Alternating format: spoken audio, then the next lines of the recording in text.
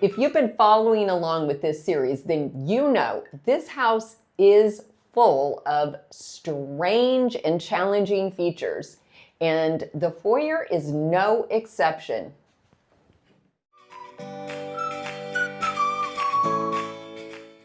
All right, let's have a look around the front door and entry.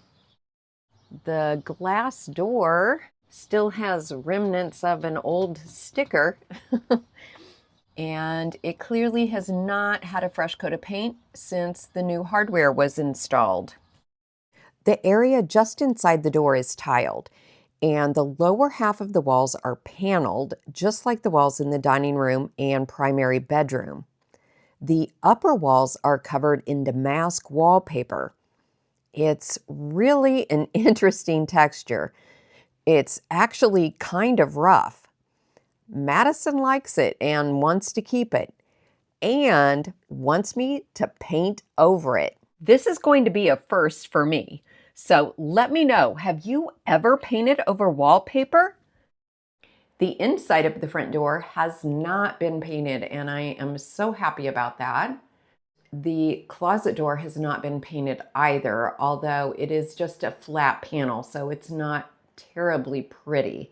We have what is probably the original 1950s vintage light, which I like. It's brass. It does look like the glass could use a good cleaning.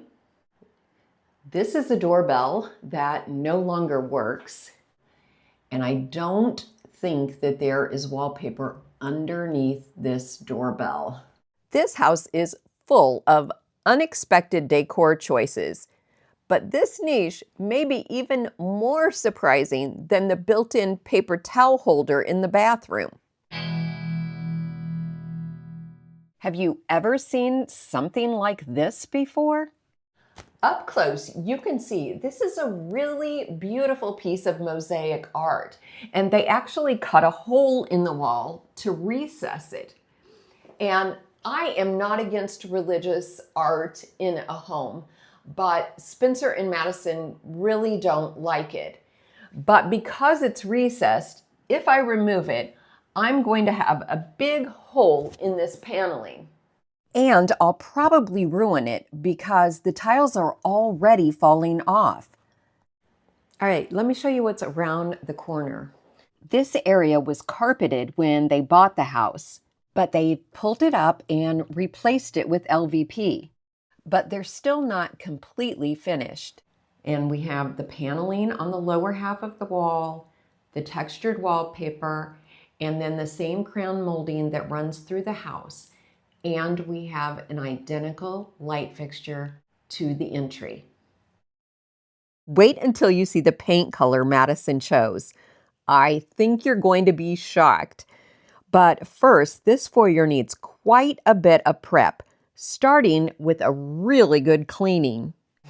All of the vent covers in this house have just been absolutely filthy.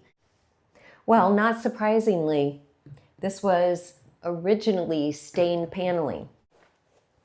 So I am going to paint this cover with the same paint as I use on the walls so they match, but I'm not going to paint it while it's attached to the wall, because then when you remove it, this happens. At some point, they caulked in the seams of the paneling, and now that caulk is all bubbled. Maybe it was always bubbled. Maybe they never leveled it off. So I'm going to try to scrape some of that off. I tried using a razor blade scraper, but it was scratching up the paint and pulling out way more caulk than I wanted. So instead, I just held the razor blade in my fingers, which gave me a lot more control and allowed me to slice off only the caulk that was sticking out past the paneling.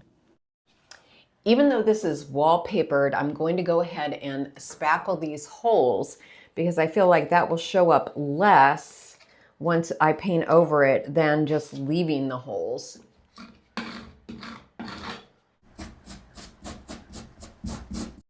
Okay, so what paint color did Madison choose? This is Sherwin-Williams Ripe Olive. It's a very rich green. Oh, wow. Madison wants the space color drenched, but to keep it from feeling too dark, I decided I'm not going to paint the ceiling and I'm not going to paint the crown molding because it runs throughout the house and I like the idea of keeping it white like it is in all the other rooms.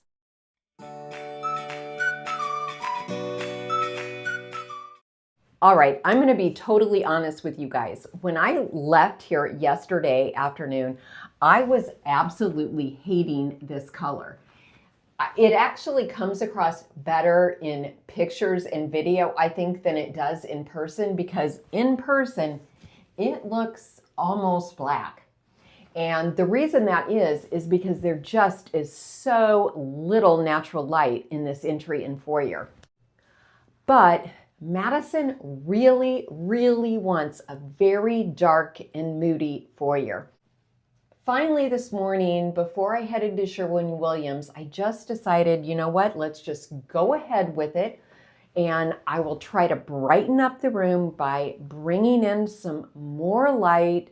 And I also just think adding some rugs and some wall decor is going to help brighten up the space as well.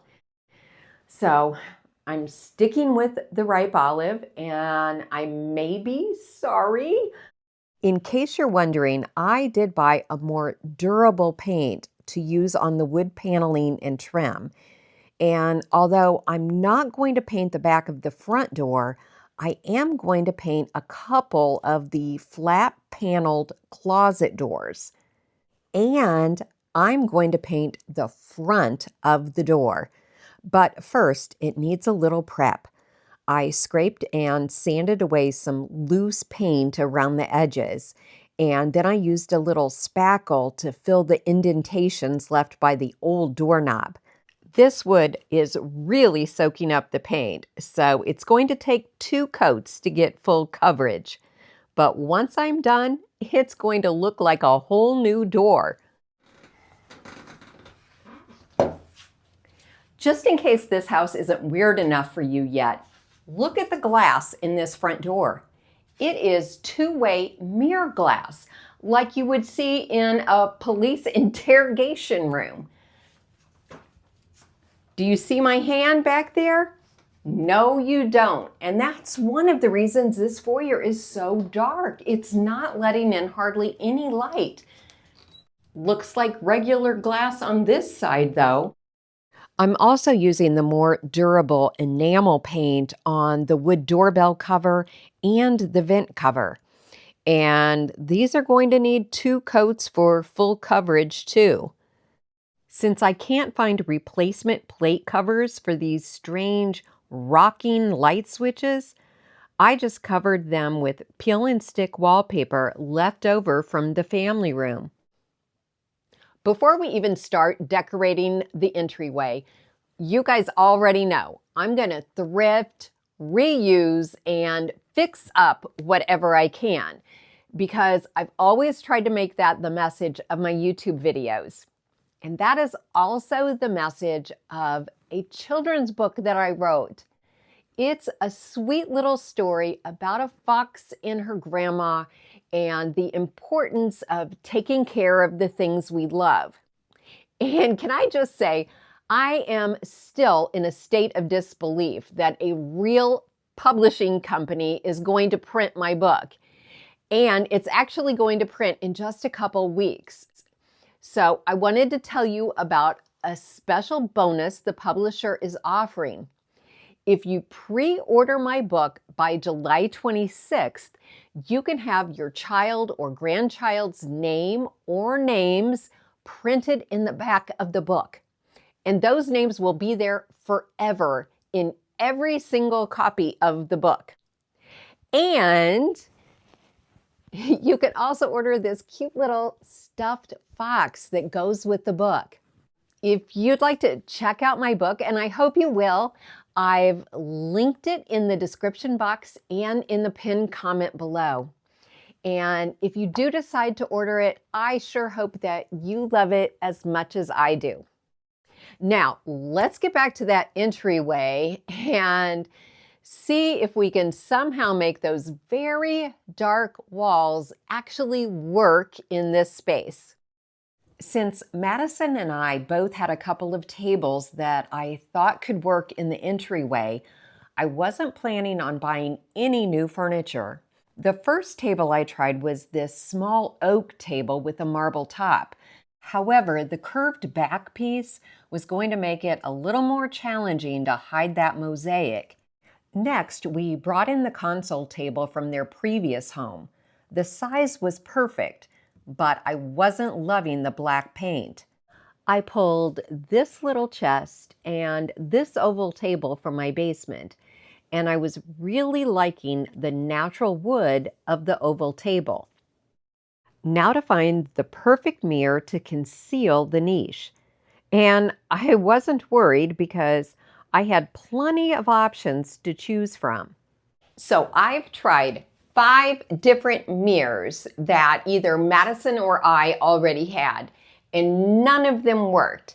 The round or oval ones always seemed to be a little too small, and you could see the wood corners here on the niche frame. So I broke down and went to Hobby Lobby. And although that perfectly covers it, I do not like it at all. I don't like it at all with this table. Oh no. All right, let's try the black table again. So I feel like the black table is the best size and shape for the space. However, it's a very modern and it's black, and I really wanted an all wood table to go here, or maybe a gold table. Let's see how it looks with the Hobby Lobby mirror. This mirror is going to have to be in the exact right spot to hide the corners up here and the bottom. So let's hope that I marked that correctly. Woo, perfect. So I am not totally in love with this mirror, and actually it's kind of low. Just in case I decide to take this back, I'm going to put these stickers on the back of the mirror. Now that I've settled on the black table, let's add some accessories. So I actually thrifted this lamp because I thought I was going to use that small table. I liked the flat shape of the shade that doesn't take up too much space. Oh, the tag fell off of this, so I'm not sure what I thrifted this for. I did get this faux fern at Hobby Lobby. I just really loved the really light green color. I thought it would pop in this very dark entryway. Before I add the rest of the decorative accessories, I'm going to stop and use a little antique gold rub and buff on this bronze lamp. It's really going to brighten it up and help it to pop against the dark walls and dark table. The lamp looks so good that I decided to use some rub and buff on the drawer handles too. Now you guys know I'm just going to add a few thrift store finds to this table, like this vintage macassable that was only $2, and this brass clock that I bought for just $3. And of course, I'll probably add a few vintage books to finish it off. For wall decor, I'm going to return this large print that Madison already had hanging in the entryway. It's actually something she made for her and Spencer's wedding, and the colors just happen to look beautiful against these olive walls. And to make sure it could be seen and didn't fade into the dark walls, I attached a battery-operated picture light just above it.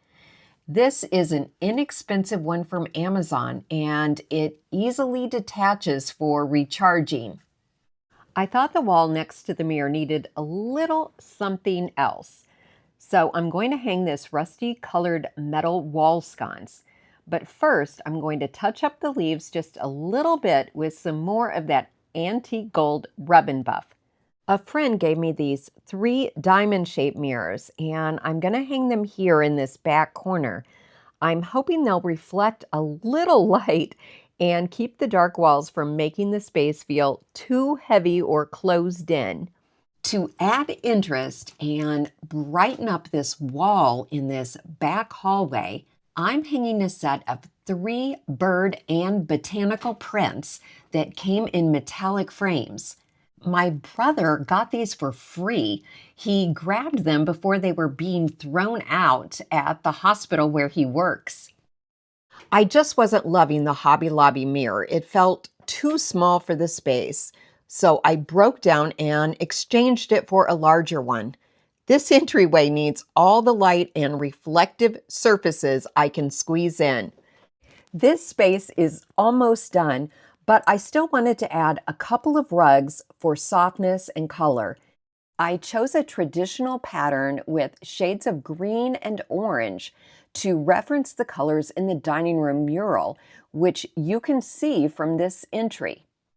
And because these are inexpensive washable rugs, I made sure to use rug pads underneath to give them a little more cushion and make them feel more luxe.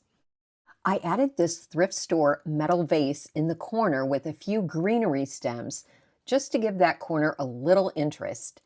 And then I remembered this gray bench that I had used in the hallway of the kids' previous home. I wanted to spray paint the bench with Rust-Oleum's cinnamon spray paint, which is a pretty terracotta color, but I only had about 1/4 of a can left. So for the first coat, I used a brighter orange spray paint that I had on hand. Then when that was dry, I used the cinnamon for the second coat. And luckily I had just enough left to cover the entire bench. Then to deepen the color, I applied a coat of Waverly's antiquing wax over the entire bench and lightly wiped away the excess. I love how unexpected this terracotta color is, and I love how it pops against the dark olive walls. Now, the only thing left to do was a little cleaning. I wiped down the dusty light bulbs and washed and replaced the glass shades on the ceiling lights. That alone made this space a little brighter.